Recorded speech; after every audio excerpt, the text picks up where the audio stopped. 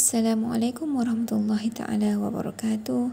Saya Nurul Afiqah binti Abdul Manan bernombor matrik 2024-124-00062 dari kelas PAI 3 ingin menyempurnakan tugasan pentaksiran berterusan 1 di bawah subjek Sosiologi dalam Pendidikan EDUP 2102. Tugasan ini akan menceritakan tentang kepelbagaian sosio-budaya, memberi implikasi terhadap bidang pendidikan serta peranan guru dalam melaksanakan tugas membentuk budaya sekolah yang dinamik dan berkesan. Apakah yang dimaksudkan dengan kepelbagaian sosio-budaya? Kepelbagaian sosio-budaya merujuk kepada perbezaan dalam aspek sosial dan budaya dalam sesuatu masyarakat, termasuk dalam konteks sekolah. Ia melibatkan variasi dari segi etnik, agama, bahasa, adat resam, status sosioekonomi dan cara hidup yang membentuk identiti individu dan kumpulan. Pertama, saya akan membahaskan tentang faktor yang mempengaruhi kepelbagaian sosio-budaya di sekolah. Antara faktor-faktor yang mempengaruhinya adalah: pertama, latar belakang keluarga; kedua, etnik dan agama; ketiga, bahasa dan dialek; dan keempat, pengaruh media dan globalisasi.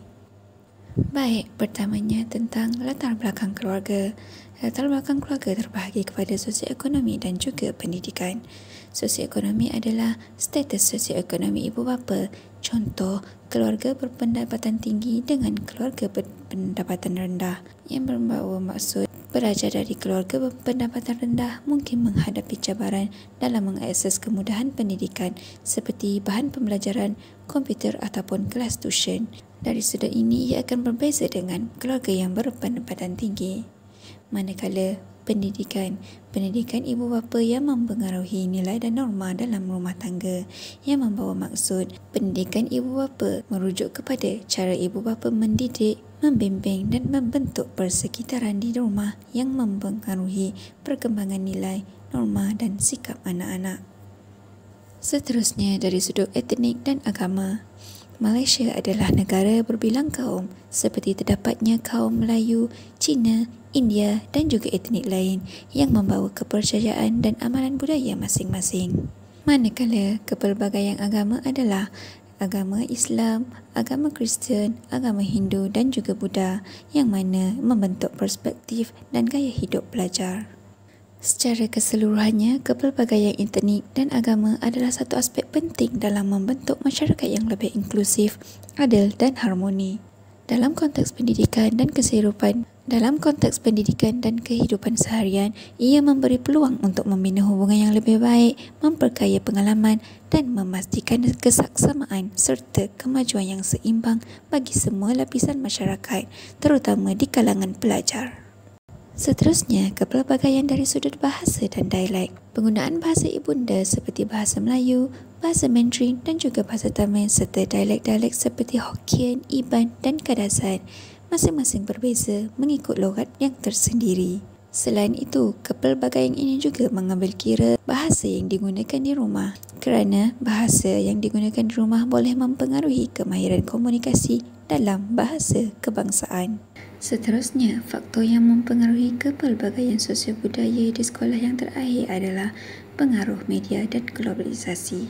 Ia menjelaskan tentang kepelbagaian budaya dan juga tradisi. Faktor yang mempengaruhi budaya adalah kerana dengan pendedahan kepada budaya luar melalui media sosial, filem dan permainan video, ia boleh membentuk identiti dan tingkah laku pelajar. Seterusnya, dari sudut tradisi, iaitu kepelbagaian dalam pertembungan antara nilai tradisional dan budaya moden boleh menimbulkan perbezaan dalam kalangan pelajar. Seterusnya, diperlihatkan tentang graf kepelbagaian sosio-budaya dalam kalangan pelajar di sekolah. Ia memaparkan tentang etnik-etnik, taraf pendidikan dan juga penggunaan bahasa seperti Melayu, Cina dan India, taraf pendidikan B40, M40 ataupun T20, ataupun penggunaan bahasa dari sudut bahasa Melayu, bahasa Inggeris dan juga ibunda. Peratusan-peratusan telah memaparkan ketinggian peratusan penggunaan bahasa Melayu di Malaysia sebanyak 60%. Baik, seterusnya saya akan menerangkan tentang isu ketidaksamaan akibat kepelbagaian sosial budaya di sekolah. Kepelbagaian sosial budaya boleh membawa kepada ketidaksamaan yang mempengaruhi pengalaman pendidikan antara pelajar. Pertamanya, dari sudut jurang akademik, pelajar dari keluarga yang berpendapatan rendah mungkin kurang akses kepada bahan-bahan pelajaran interaktif seperti komputer ataupun mengikuti kelas tuition. Dan seterusnya, mengambil kira juga pelajar dari latar belakang yang berbeza mungkin mempunyai tahap penguasaan bahasa yang tidak sama dan seterusnya memberi kesan kepada pemahaman dalam pembelajaran. Kedua, tentang diskriminasi dan prasangka. Perbezaan budaya boleh membawa kepada stereotip negatif terhadap kumpulan tertentu. Selain itu, terdapat juga kes-kes buli atau perkauman yang menjejaskan kesejahteraan antara emosi pelajar. Dan yang terakhir adalah tentang ketidakadilan dalam peluang kurikulum. Ia ini menerangkan tentang sesetengah aktiviti atau sukan lebih didominasikan oleh satu kumpulan etnik menyebabkan pelajar lain kurang peluang untuk menyertai. Antara lainnya adalah tentang faktor ekonomi yang juga mempengaruhi penyertaan dalam program seperti lawatan sekolah dan juga latihan-latihan khas. Kesimpulannya, kepelbagaian ini boleh menyebabkan perbezaan dalam prestasi akademik, hubungan sosial dan juga penglibatan dalam aktiviti di sekolah. Ketidaksamaan ini seringkali timbul daripada kurangnya kesedaran, diskriminasi atau kekurangan sokongan yang sesuai bagi memenuhi keperluan pelajar yang berbeza. Oleh itu, adalah penting untuk sekolah menyediakan persekitaran yang inklusif, menghargai kepelbagaian dan memastikan akses yang adil kepada pendidikan untuk semua pelajar tanpa mengira latar belakang mereka. Manakala seterusnya tentang peranan guru sebagai ejen sosialisasi. Guru adalah memain peranan penting dalam membentuk nilai, sikap dan norma dalam kalangan pelajar bagi memastikan keharmonian dalam kepelbagaian sosial budaya. Antara peranan mereka adalah termasuk menyamai nilai, ketaksamaan dan hormat menghormati. Yang membawa maksud, guru perlu mengamalkan pendekatan pengajaran yang inklusif dengan menghormati latar belakang pelajar. Seterusnya, pendidikan civic dan moral serta aktiviti silang budaya boleh membantu pelajar memahami dan menghargai kepelbagaian. Di mana, jika di dalam pendidikan Islam, haruslah diadakan pendidikan moral bagi pelajar yang bukan Islam. Kemudian, guru juga haruslah menjadi model peranan, iaitu role model. Guru harus menunjukkan sikap adil, empati dan menghormati kepelbagaian budaya dalam interaksi seharian.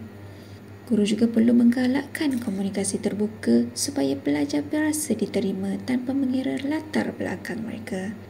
Iaitu, guru haruslah menggunakan bahasa antarabangsa agar semua pelajar yang berberlainan etnik memahami penggunaan bahasa. Dan seterusnya, guru perlulah menggunakan pendekatan pengajaran yang pelbagai. Kaedah pengajaran yang mengambil kira keperluan pelajar dari latar belakang yang berbeza, contohnya seperti pembelajaran berasaskan pengalaman. Sebagaimana contoh, melibatkan pelajar dengan aktiviti komuniti, iaitu projek yang memberi manfaat kepada masyarakat seperti aktiviti kebajikan, penanaman pokok ataupun pembersihan pantai. Ini memberi mereka pengalaman langsung tentang kesan positif terhadap komuniti dan alam sekitar. Selain itu, guru perlulah memberi penyampaian bahan pelajaran dalam pelbagai bahasa atau menyediakan bantuan khas bagi pelajar yang kurang fasih dalam bahasa pengantar.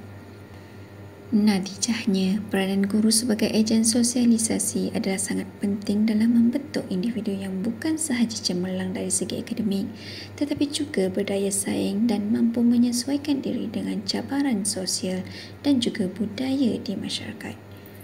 Guru juga turut membantu pelajar menjadi individu yang bertanggungjawab, saling menghormati dan mempunyai kemahiran sosial yang diperlukan untuk hidup bersama dalam masyarakat yang pelbagai. Berakhirlah sudah pengupasan topik-topik yang berkaitan dengan kepelbagaian sosial budaya. Kesimpulannya, kepelbagaian sosial budaya adalah satu keunikan dalam sistem pendidikan di Malaysia yang mana perlu diurus dengan baik supaya ia menjadi satu kelebihan dalam membentuk masyarakat yang bersatu padu. Guru dan pihak sekolah juga adalah memainkan peranan yang sangat penting dalam memastikan perbezaan ini dihormati dan dihayati oleh semua pelajar. Sekian, terima kasih.